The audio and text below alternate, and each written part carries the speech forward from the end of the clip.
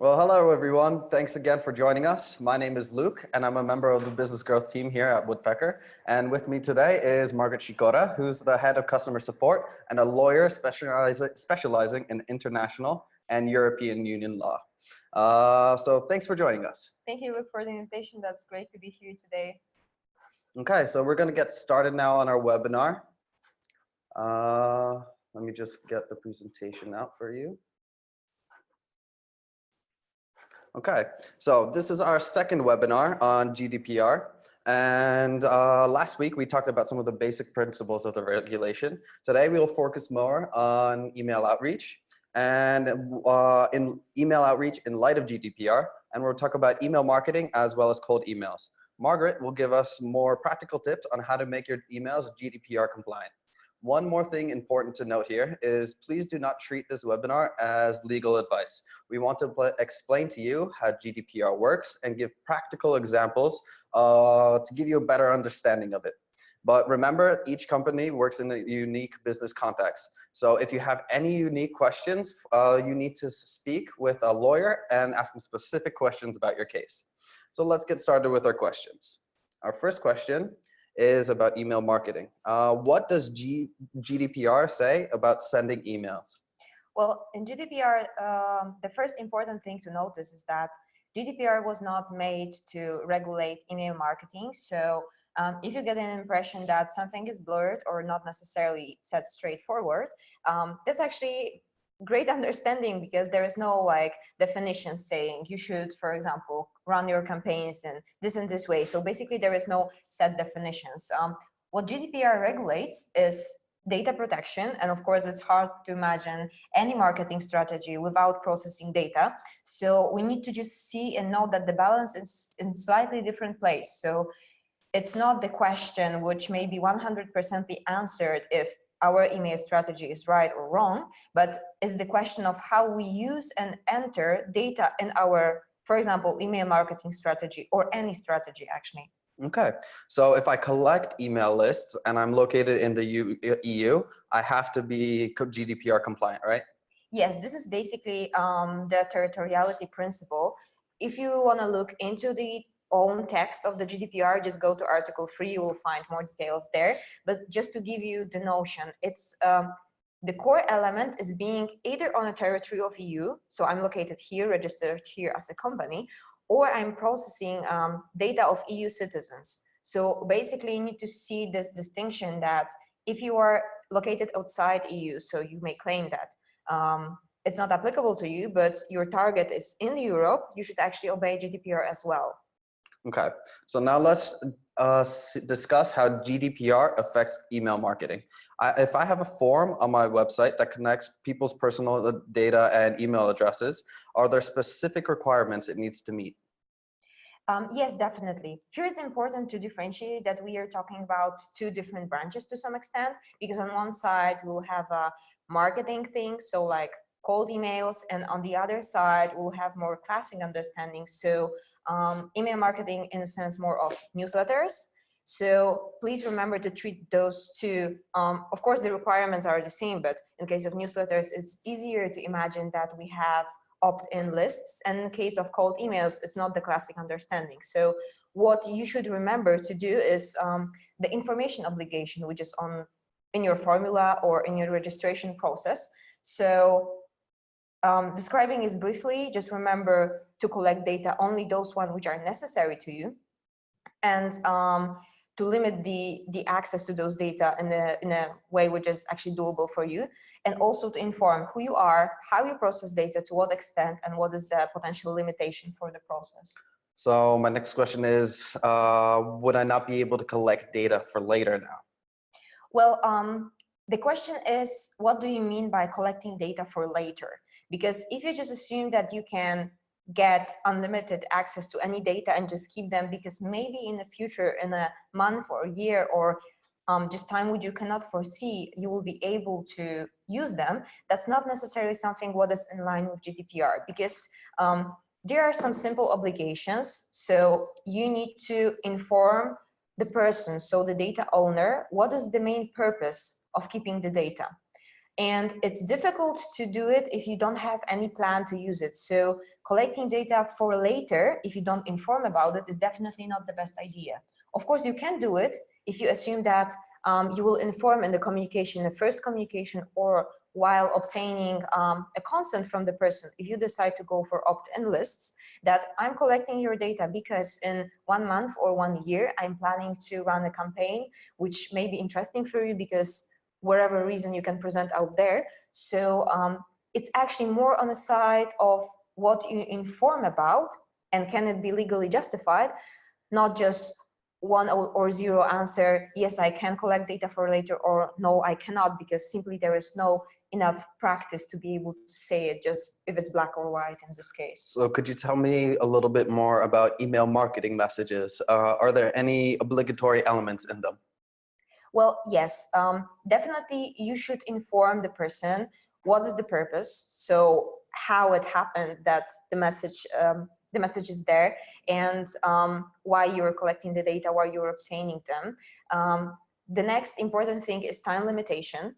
And I know that it may be difficult if you, for example, run a newsletter and now you need to define for how long the person will be in a newsletter, because the obvious answer may be as long as my product exists, but as you probably imagine right now, it's not the best like way of explaining the matter in here. But what you can do is you can, in my opinion, say that you're actually keeping the data and processing them as long as the person decides to unsubscribe. And this leads us to the next step, which is crucial in here. So what you have to do, you have to give a way to withdraw the consent, or to just state that I don't agree, I don't want my data to be processed, or I don't want to keep my data there, in as easy way as the person gave you the data. So if, for example, you inform in the message that if you want to unsubscribe, do this and this, it should take a similar form for withdrawing data. So in case you want me to stop processing, just write me an email or click here or do whatever action, but the action should not be hide somewhere in the bottom of your email, grayed out, not accessible for a regular reader who may not be just simply able to face this barrier and to go through. So the main rule is to be transparent and to keep it clear. Okay, so last week in our webinar, we discussed data storage limitation. Could you tell me a little bit more about how does that work for the data of blog subscribers? Well, of course. Well, storage limitation is basically slightly answered by my previous question, in the sense that it's the question how long I can keep the data, right? So if someone subscribes and I'm processing the data constantly because of the new campaign, new message, and the person agreed to be in the process, that's perfectly fine. What may be crucial here is to give the right to take the data back, to correct them, of course, to keep them accurate.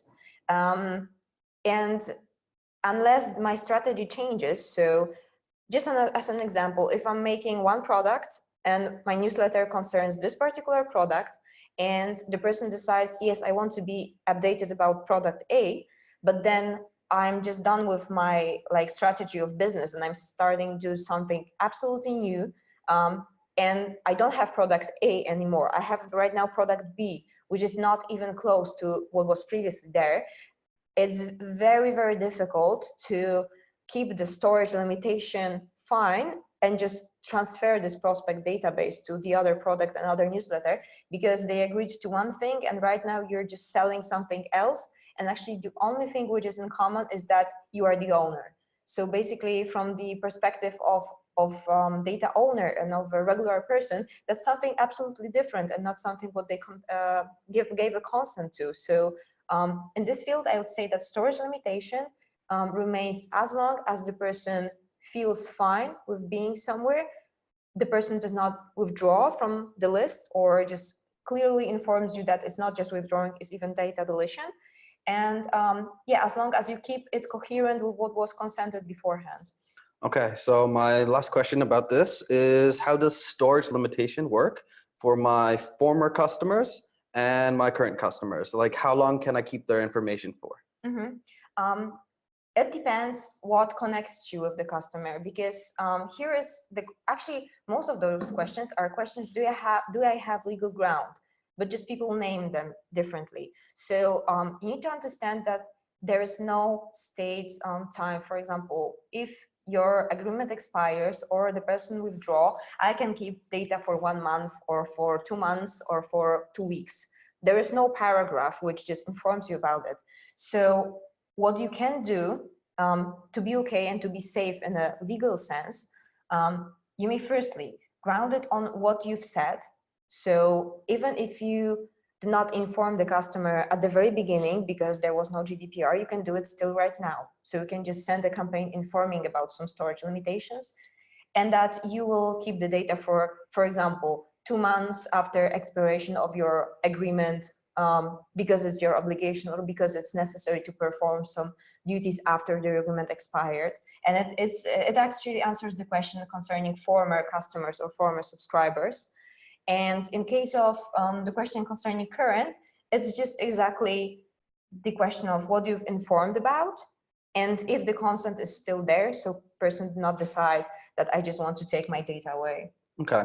Well, that's all of our questions about marketing communication when people have subscribed to it. Now we're going to talk about cold emails.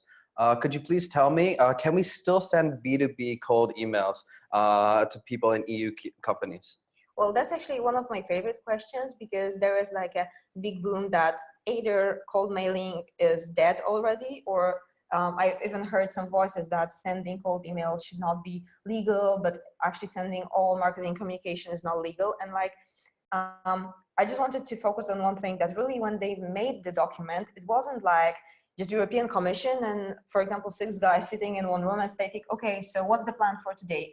Today, let's decide to just kill email marketing and marketing in general in the EU.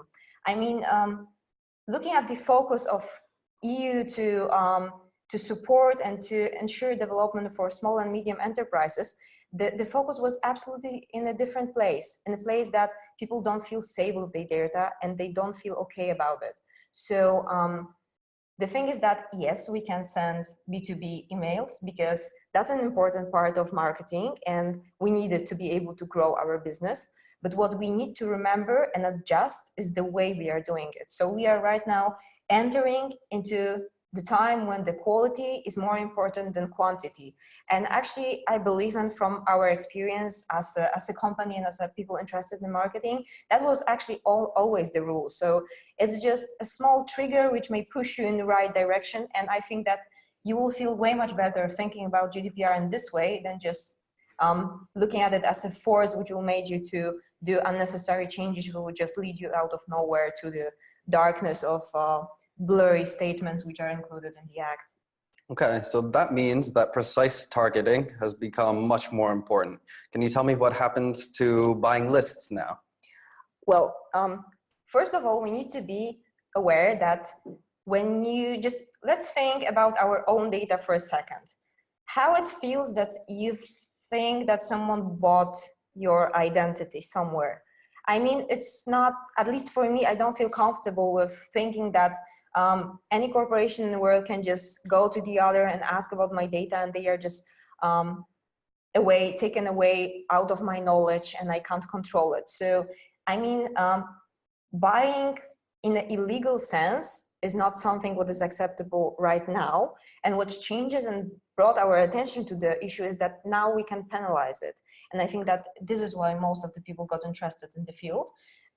But it's not like buying lists, it's something absolutely banned, because again, there is no article in GDPR saying that you can't buy opt-in lists, for example. It depends, and you should actually take care over it in a sense of information, what the person on the other sides know. So let's assume a situation. I want to buy from any company a list of opt-in people interested in something. So my obligation is to ask the company who sells how they informed the person, the people from the list, so the data owners, about like why they are collecting. Because if they make an opt-in list and then they inform that we are making the list for the third party, and this third party, my activity is this and this, and do you agree? And they give a consent, that's perfectly fine. Because the relation with the third party is also highlighted in GDPR, so it's accepted as an existing one. So definitely it's not like it's just striked out.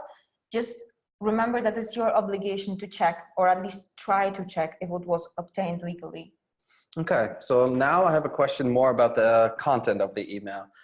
So let's say I have a list of 50 prospects from the EU that I collected myself, and I want to send them a cold email campaign. Are there any GDPR related information I should put in that email to comply with the regulation? Yes, and actually right now you can see just a small hint or of how it should look like. Just remember not to copy paste it directly from the presentation, because it may actually really decrease your deliverability, because it's just some slogan which we used to make up. So definitely you should make something on your own, but it's just to give you the brief notion what can be done. So actually information obligation is not like you just know that you have 10 points to cover, and you need to, at the very bottom of your email, include the huge list of 10 points informing who you are, what you do, and what time, for how long, and for what purpose, and how you obtained. Because, I mean, definitely it looks scary, but you can always play with wording and convey what you have there with a sentence like this, which you can see right now on the screen, which in my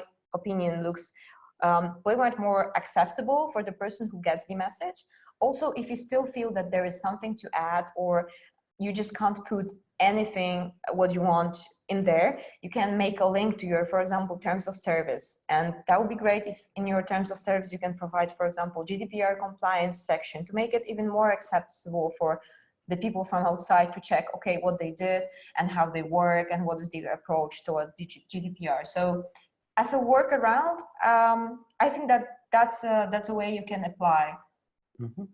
Okay, so what if I'm sending a cold email? Is a unsubscribe link required in that cold email? Well, unsubscribe is one way of playing with the thing. So you can use unsubscribe link if you are able to build up the whole infrastructure around it to make it actually not just unsubscribing, but adding this potential data deletion option, because this is one of the things which is in there.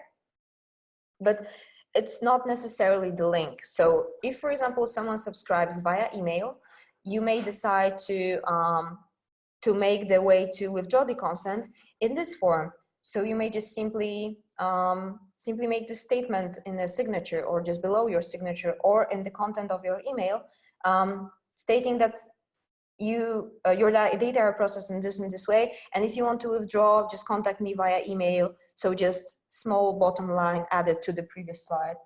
Okay, so what about follow-ups? Can I send a reminder to those people who didn't get those first message? Can I continue on sending those follow-ups? Well, follow-ups, this is like absolutely great topic, because I've heard multiple times that we actually cannot send follow-ups. And this is funny to hear, because it's as if we assume, well, maybe firstly to clarify, if some of you don't know, according to GDPR, storage equals processing. So if you have data, it means that you're actually processing them. So the logic then will go like this.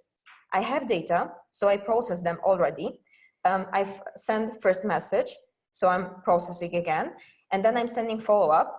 So that's bad, because I'm processing them even more. I mean, there is no quality or the level of intensity of processing data. You either process data or you do not.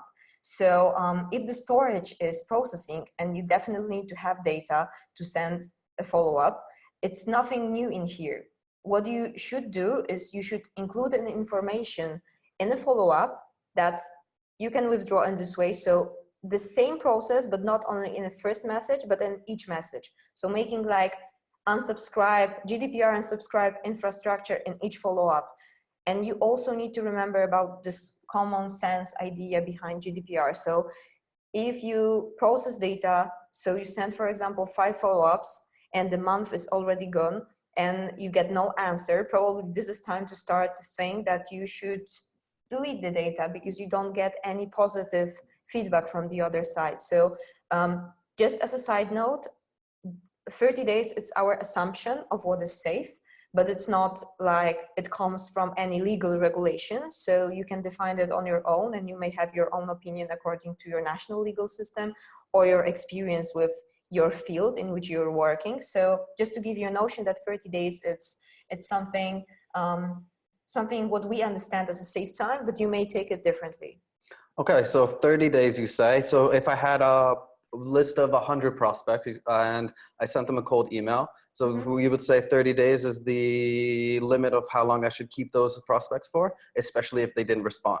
If they didn't respond, yes, of course, then we have the question what to do next. And a lot of people tends to ask us, so then what, deletion or how to process? And in my opinion, the safest way is to delete. But then you need to be able to recognize if in your tool or whatever you use to process marketing conversations, there is an infrastructure which allows you actually to delete the data of the prospect.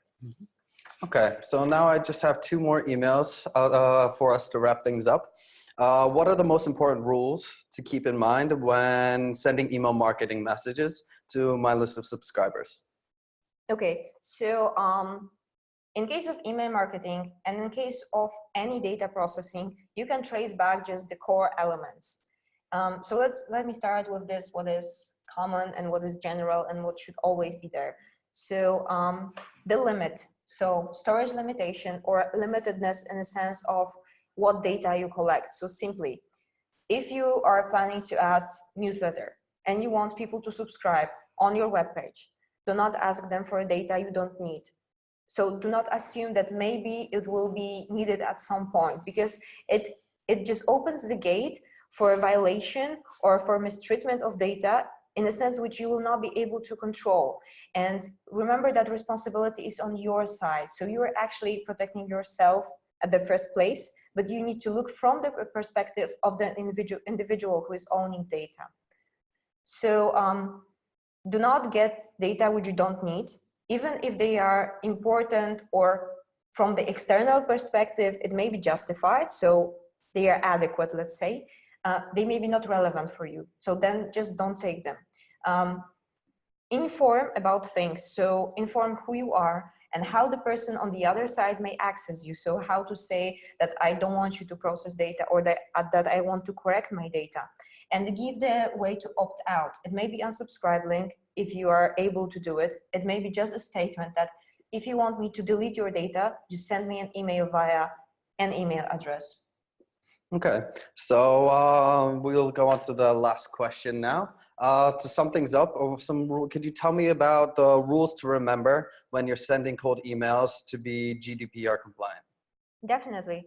The main difference between cold emails and newsletters or classic email marketing is that in the latter one, most common is opt-in form. So basically what you get is just people signing up for some process, and then you go further. So it's way much easier because then you can just show the consent and you're done with legal basis. In case of cold emailing, you need to prove that you have a right. And in GDPR, the wording is not that simple to take it out, so to find this legal ground. And in my understanding, how you can justify it is, if you'd be interested in like real legal grounds, it's Article 6(1)(f), and together in conjunction with Motive 47, because they both give you the construction which says that you can justify your interest, so your vital interest or interest of third party. So that would be the example of buying list, for example, in case of marketing activity. We need to bear in mind that GDPR was not made to regulate cold emailing, and it's more associated with e-privacy regulation, which is not updated in line with GDPR as yet, but it will be hopefully soon, so we'll get some more insights. So coming back to rules. First thing is legal basis, so be sure that it's your vital interest, but remember that according to GDPR, your legal interest should never overcross the legal interest of an individual on the other side. So your prospects go first before what you need. So that's an important element. Then you should inform what you're doing, how you're doing the thing, and give easy and accessible way to opt out. And you should limit yourself, in a sense, not to keep the data constantly for unlimited period of time, but just make a bottom line and don't go below it, because it just simply places some burden of responsibility on you. Okay, so right before we get to our Q&A section, let's just remind our viewers now not to panic and make sure you take good care of your email appliance. Yeah, definitely. The key element you need to remember is that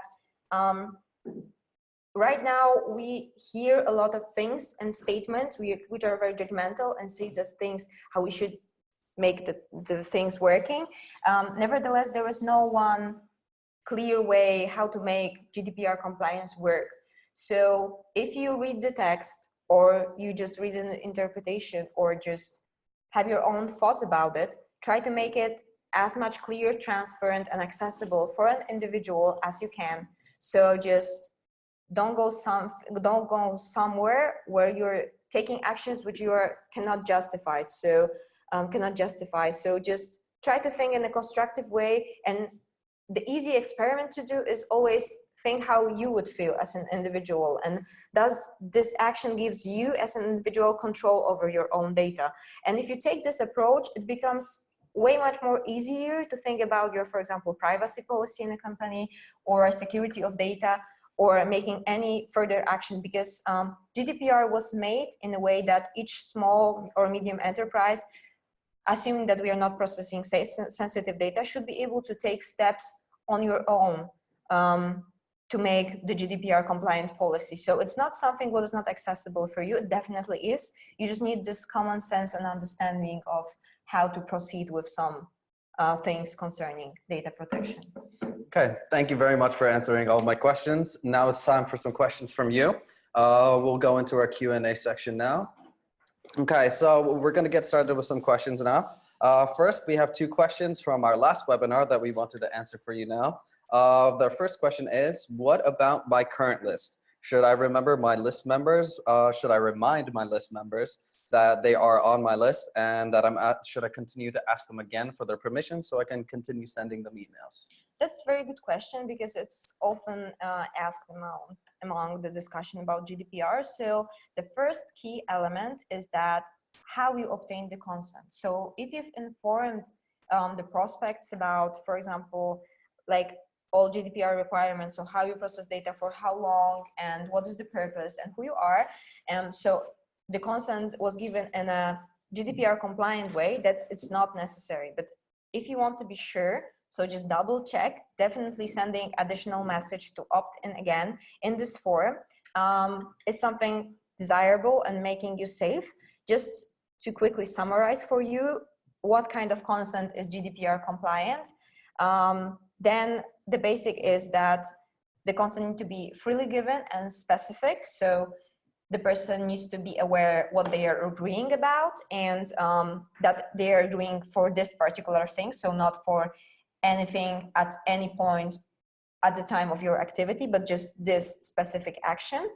There need to be an ambiguous indication of the data subject that they wish to do so.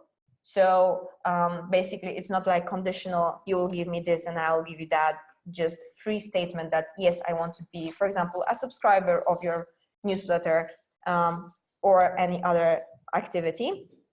And the statement needs to be clearly affirmative. What does it mean is that if you, for example, have any application form on your web page, the affirmative action should be clearly stated. So the wording needs to be unambiguous in the sense that it's, yes, I agree, but not something what may mislead the reader of the page. So you also need to be careful with the wording to keep it coherent and actually understandable. So no lawyers, small font informations at the bottom of the pop-up to agree.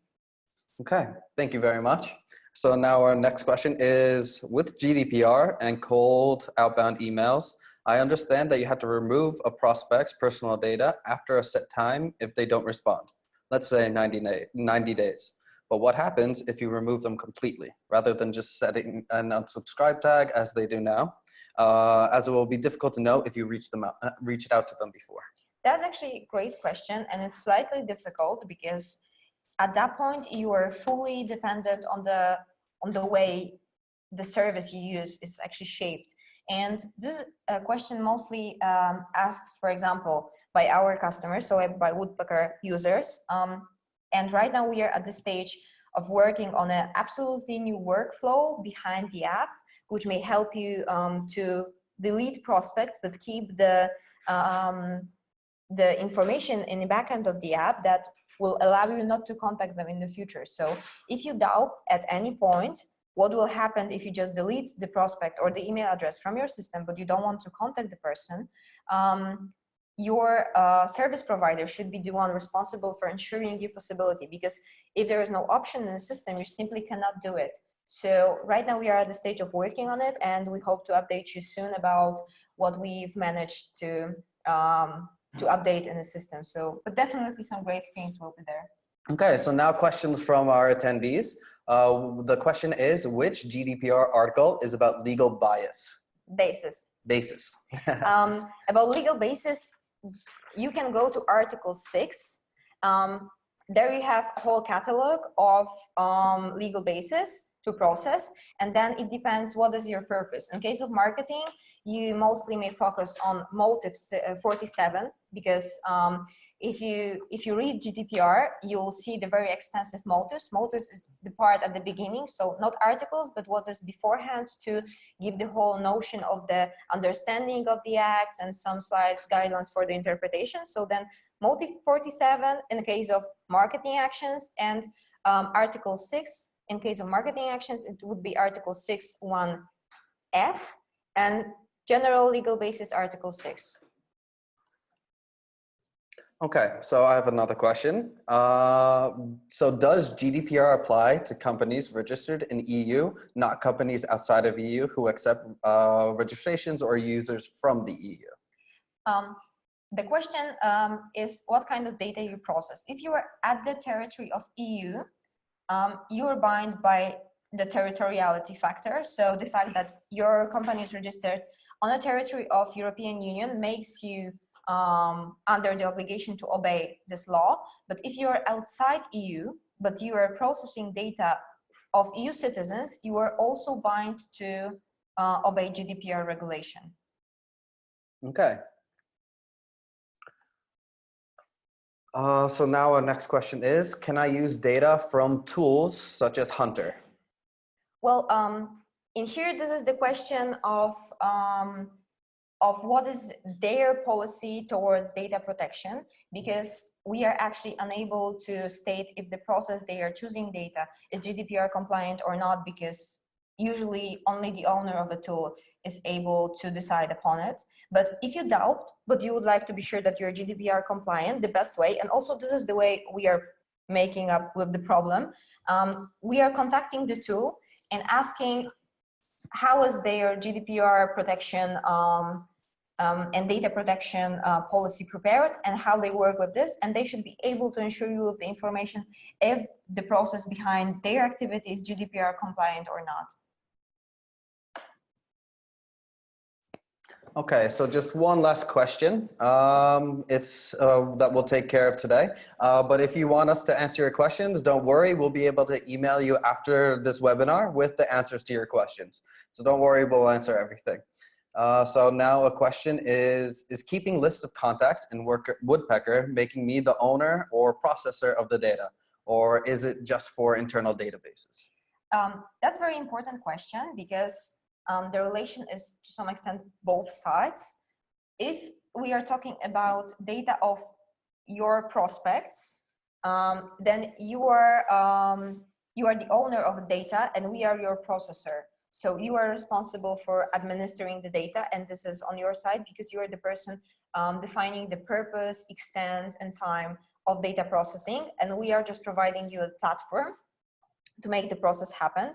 But as a processor, we have our own obligations as well, and we believe that this is why you've chosen us. So we ensure GDPR compliance, and that's why we're working on new features to allow you to delete the data in GDPR compliant way, but also in a way which allows you not to contact them beforehand. So definitely it's not just internal matter, then we are your processor and you are the owner. So this is important to understand.